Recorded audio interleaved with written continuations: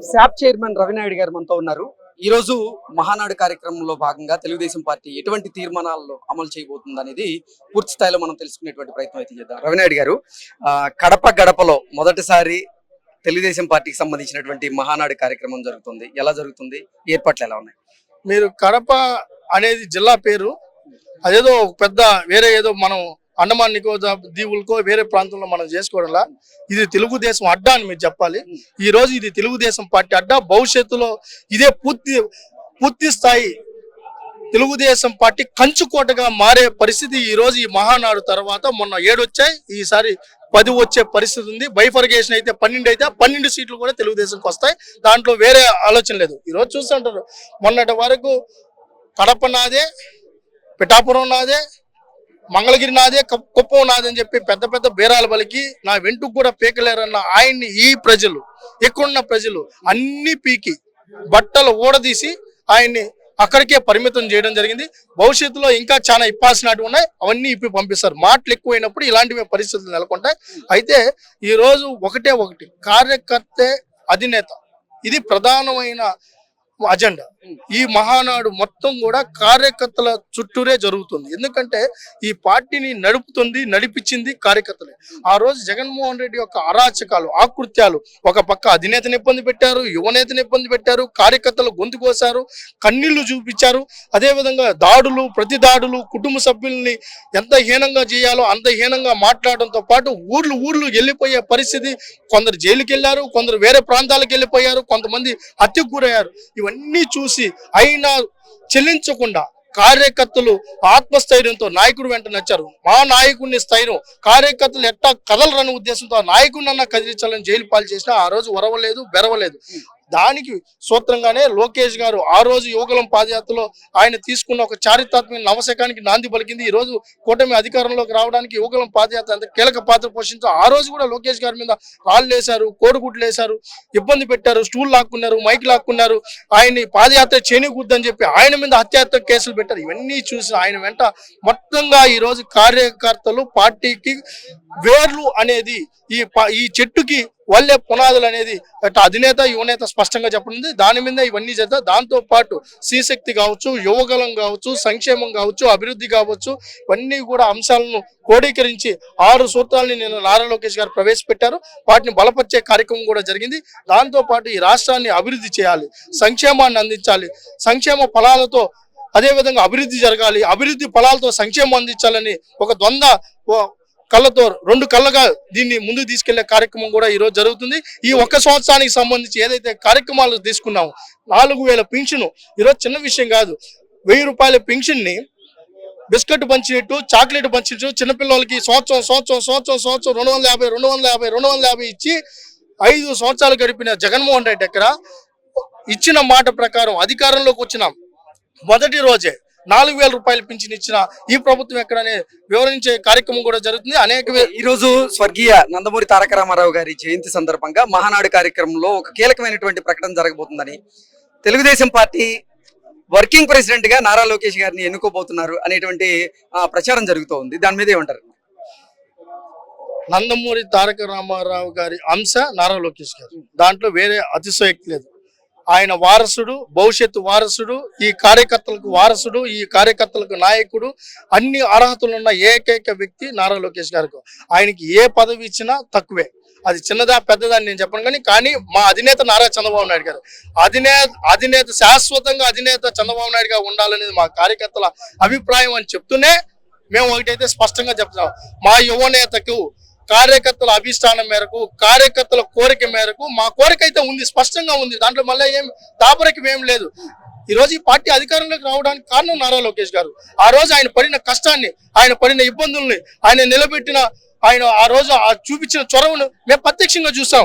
ఈ కార్డు నారా లోకేష్ గారు తీసుకొని వచ్చారు.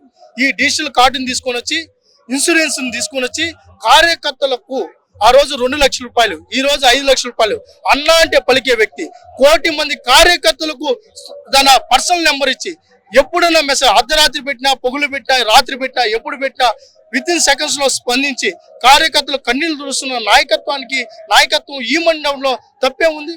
మేము అడుగుతాం, కానీ అడగడం ధర్మం. ఇయ్యాల్సింది లేని మా అధినేత ఇవ్వాలని కోరుకుంటున్నాం. ఎందుకంటే నందమూరి తారక రామారావు గారి జయంతి సందర్భంగా ఆయన వారసుడికి ఇలాంటి పదవి ఇచ్చినప్పుడు దీనికంటే సంబరపడే వాళ్ళు ఎవరు లేరు. ఓకే, వైఎస్ఆర్సీపీ ప్రభుత్వ హయాంలో జగన్మోహన్ రెడ్డి ముఖ్యమంత్రిగా ఉన్నటువంటి సమయంలో అన్ని శాఖల్లో కూడా పూర్తిగా అవినీతి అవకతవకలు జరిగాయని ముఖ్యంగా చెప్పుకోవాలి అంటే మద్యం కుంభకోణం ఇప్పుడు ఆంధ్రప్రదేశ్ లో సంచలనం రేపుతూ ఉంది. మద్యం కుంభకోణంలో ఇప్పుడు ఆ కేసుతో ప్రమేయం ఉన్నటువంటి వైఎస్ఆర్సీపీ నేతలందరూ కూడా ఒకరి తర్వాత ఒకరు అరెస్ట్ అవుతూ ఉన్నారు. ఇప్పుడు తుది లబ్ధిదారు అయినటువంటి జగన్మోహన్ రెడ్డి ఈ మహానాడు తర్వాత అరెస్ట్ అయ్యేటువంటి అవకాశం ఉందంటూ ప్రచారం జరుగుతుంది. ఏం చెప్తారు? జగన్మోహన్ రెడ్డి గతంలోనే అరెస్ట్ అయ్యి జైల్లో చెప్పకూడదు తినేసి వచ్చారు. ఈరోజు కొత్త ఏం కాదు ఆయనకి అరెస్టులు. అయితే ఏంటంటే ప్రతిపక్ష నేతను అరెస్ట్ అనే దానికంటే మీరు చూడాల్సిన కోణం ఏంటంటే జగన్మోహన్ రెడ్డి పేదల రక్తం తాగాడు. ఎంతమంది చావులు కారణమయ్యారు, ఎంతమంది తాళిబొట్టులు తెంచేశారో ఈ మీడియా ద్వారా ప్రజలకు కూడా తెలియాల్సిన అవసరం ఉంది. ఈరోజు మనం చూసాం, ఏ జిల్లాలో చూడు ప్రతి నెల మా తిరుపతిలో రోయా ఆసుపత్రిలో నెలకి 30 నుంచి 40 మరణాలు ఉంటాయి. దేనికి వీళ్ళు మరణించారని మేము ఆ రోజు అడిగినప్పుడు కిడ్నీలు ఫెయిల్, లివర్ ఫెయిల్. దేనివల్ల ఫెయిల్ అంటే మద్యం తాగడం. ఆ మద్యం అదే కల్తీ మద్యం. జగన్మోహన్ రెడ్డి కల్తీ నాయకుడు. ఆ కల్తీ నాయకుడు ఇచ్చే కల్తీ మద్యం కాక ఇంకేం మద్యం ఇస్తాడు? ఆ కల్తీ మద్యంతో ఆయనే స్టిక్కరింగ్, ఆయనే బ్రాండింగ్, ఆయనే దానికి ఆడదామని వేసిన ఓటింగ్ కంటే ఆ బ్రాండ్లకు ఆయన ఓటింగ్ వేసుకుంటే సరిపోయేది. అదొక తప్ప ఆయన ఫోటో వేసుకోవడం తప్ప మిగతా అన్ని ప్రక్రియలు చేశారు. ఒకటే బాధేస్తుంది, పేద ప్రజల రక్తం తాగి రక్త కూడు తిని నువ్వు ఏం బాగుపడతావని ఆ రోజు అడిగాం, ఈ రోజు అడుగుతున్నాం.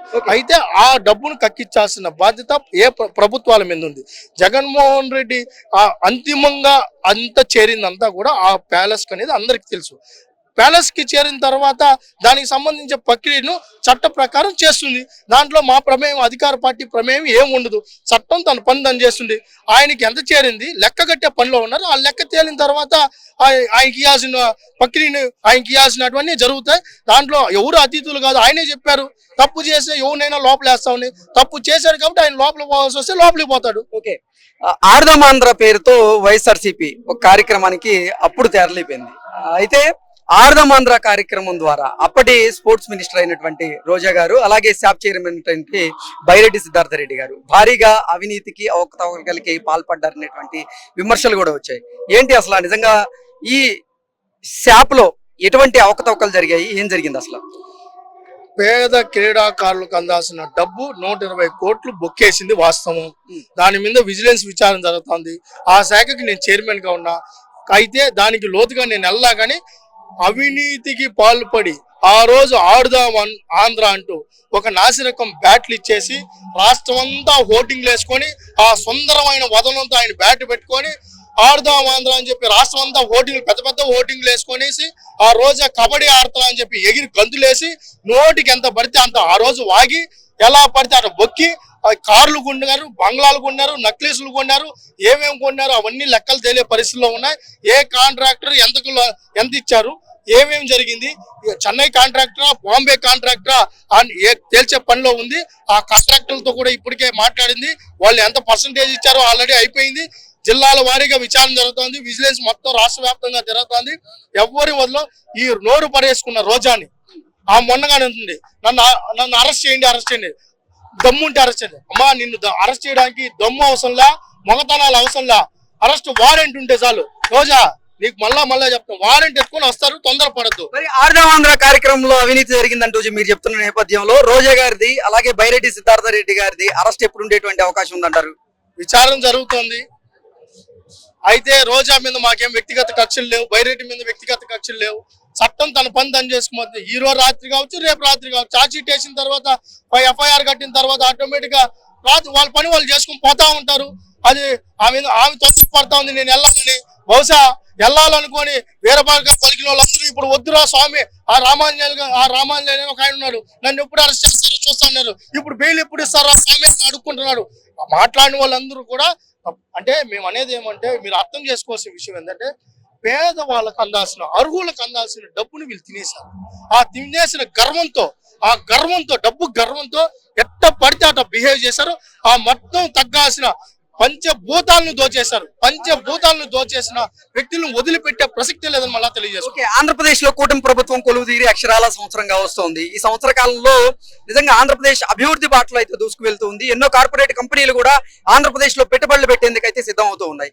అయితే కొన్ని కార్పొరేట్ కంపెనీలు మాత్రం ఇక్కడ పెట్టుబడులు పెట్టేందుకు వెనకాడుతున్నాయని, దానికి కారణం జగన్మోహన్ రెడ్డి మళ్ళీ ముఖ్యమంత్రి అయితే మా పని పడతాడనేటువంటి భయంతోనే వారు ఆ నిర్ణయానికి వచ్చినట్లుగా ఒక ప్రచారం జరుగుతుంది. దాని మీద ఏమంటారు?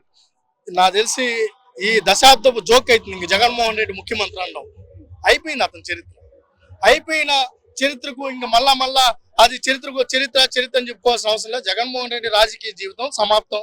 ఆ సమాప్తమైన చరిత్రని నేను మాట్లాడగానే ఒక 6 నెలలు అయితే వాస్తవమే. ఎందుకంటే అక్కడ ఉన్న కోటరీ యంత్రాంగం ఇంకా అక్కడే ఉండడంతో కొద్దిగా అనుమానాలు ఉన్నాయి. అవన్నీ పటాపంచలు చేస్తూ నారా లోకేష్ గారు ఏదైతే పర్యటనలు ఉన్న తర్వాత, అది బాంబే పర్యటన అయినా కావచ్చు, దావోస్ పర్యటన అయిన తర్వాత వాటన్నిటిని నివృత్తం చేసుకుంటూ వస్తారు. మొన్ననే అనంతపురంలో 22,000 కోట్లు పెట్టుబడి, ఈ కడపలో పెట్టుబడులు వస్తాయి, చిత్తూరు జిల్లాలో పెట్టుబడులు వస్తాయి, శ్రీకాకుళంలో పెట్టుబడులు వస్తాయి. అందరికీ నమ్మకం వచ్చింది. ఈ సంవత్సరంలోనే ఇప్పుడు వరకు 6 లక్షల కోట్లకు సంబంధించిన గతంలో ఆగిపోయినటివి, గతంలో ఎంఓయూ చేసుకున్నట్టు వాళ్ళందరితో మాట్లాడి ఈ రోజు ఆ కార్యక్రమానికి కూడా శ్రీకారం చుడుతున్నాం. ఒకటైతే స్పష్టంగా చెప్తాం, ఈ రాష్ట్రం కని విని ఎరుగని రీతిలో అభివృద్ధి వైపు ముందుకెళ్తుంది.